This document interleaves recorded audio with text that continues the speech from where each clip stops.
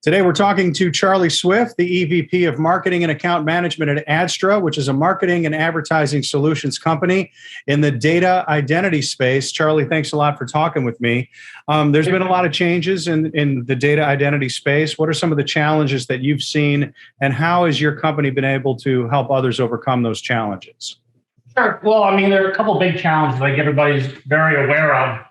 Most notably is this fear of sort of the deprecation of identity, the third-party cookies, the mobile address identifiers, et cetera. And a lot of that all builds on the expansion of privacy concerns that are coming from consumers. So if you think about challenges, there's that big challenge that marketing and brands have of how are we going to continue to market in the future if the underlying ecosystem by how we've always done things is going to change dramatically.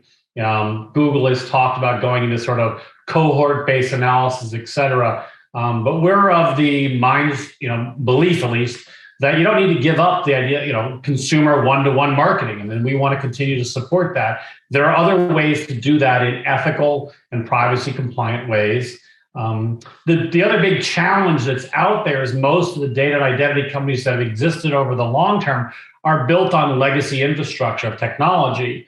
And as a result, their ability to transform themselves to support new ways to support identity, et cetera, are very cumbersome and hard, and often very pricey from an economic perspective. How do you move off of solutions that were built in the 1970s? So our business really has been to attack those challenges, the technology challenge of legacy technology, the economics of a model that's built on volume-based pricing on old solutions that doesn't support reinvestment in research, and an idea, and the part that really is what we've done differently is focused on starting with a person as your form of identity, as opposed to an email hash, a cookie, or whatever the things that we've talked about that are going to deprecate. Because the one thing that we know that's not going to change, and Jeff Bezos always says invest in the things that don't change, are the fact that you exist as a person. So if we start with you as a person, you will always have some form of identity. And what we've built a solution is to say, we can transform to whatever that identity is, because we start with the person. We start with Rafer.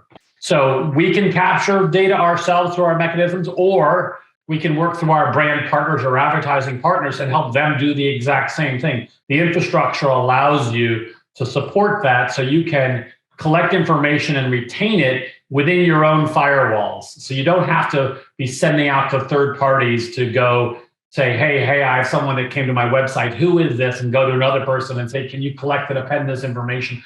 We can make all that happen behind your own firewalls. So essentially, brands can do it themselves. We can do it for you. They can do it for themselves, et cetera.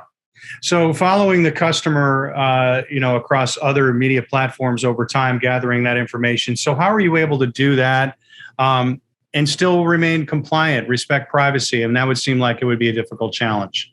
Sure. No, that's a great question, because so one thing is that you have to stay up to speed on what are all the current privacy rules and laws that are out there.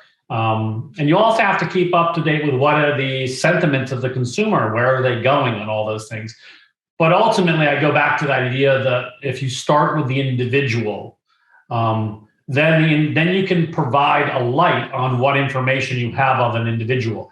If you're collecting information in an email hash, how do I know that that email hash has been permissioned or not permissioned properly, because I may not have connected it to the individual properly, et cetera. So if you go back to, and what we do is we start with every marketable person in the US, we validate their existence. We go through the same databases that you would go through if you were with the FBI or whoever, or HR, the validation fraud, just to say the person exists.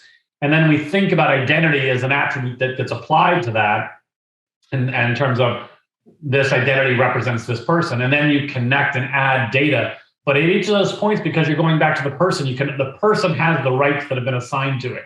So you can always then attribute the rights that have been assigned to that data element at the person level, not at the data element. And so that really makes it a lot easier to be compliant, because the person is what initiates the request to be compliant in a certain form. The email doesn't ask to be unsubscribed. The person asks to be unsubscribed. So it sounds like you're essentially humanizing a very crowded technology space, which seems a little old school. I mean, it seems like wow, what a novel very idea. old school. Right. It's right out of Peppers and Rogers, right? One-to-one marketing. That's again why we've built Adstra is on that basis premise that somewhere along the line we let technology forget that you actually market to people, right, and that you should start with people. Now that seems expensive, though. I mean, how do you automate something like that? And forgive me, I'm a little bit, dim on this, but. Right, and I also go back to that comment I made before about the legacy infrastructure and the architecture before. If you look at some of our competitors, they have hundreds of people managing data infrastructures. We are all cloud-based. We can do it with less than 10 people doing the same work that you had 400 people doing it someplace else. So as a result, the underlying support cost is not there. Yes, you still have the cost of sourcing, but the sourcing costs are all the same. But we can invest a lot more into correct sourcing, duplicate sourcing, validation, all those kind of things, as opposed to wasted expense on a 1974 IBM 360. So let's go to the ROI, and how do you measure that with campaigns then? So the way we're measuring ROI really is looking at the decisions that our brands are trying to make, or the points of activation they're trying to make. The easiest way that we're starting really is if you think about connection and match rates into the various points of activation, the DMPs, et cetera. So we're not saying get rid of an onboarder. We're saying an onboarder has the primary goal of what they really have is right now is the connection into the points of activation, the relationship with the points of firing off the ad or whatever it might be. But the fault or the shortcoming of most of the onboarders is their effectiveness of bringing audiences in.